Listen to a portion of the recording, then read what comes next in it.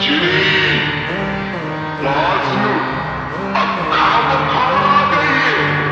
I'm a proud boy।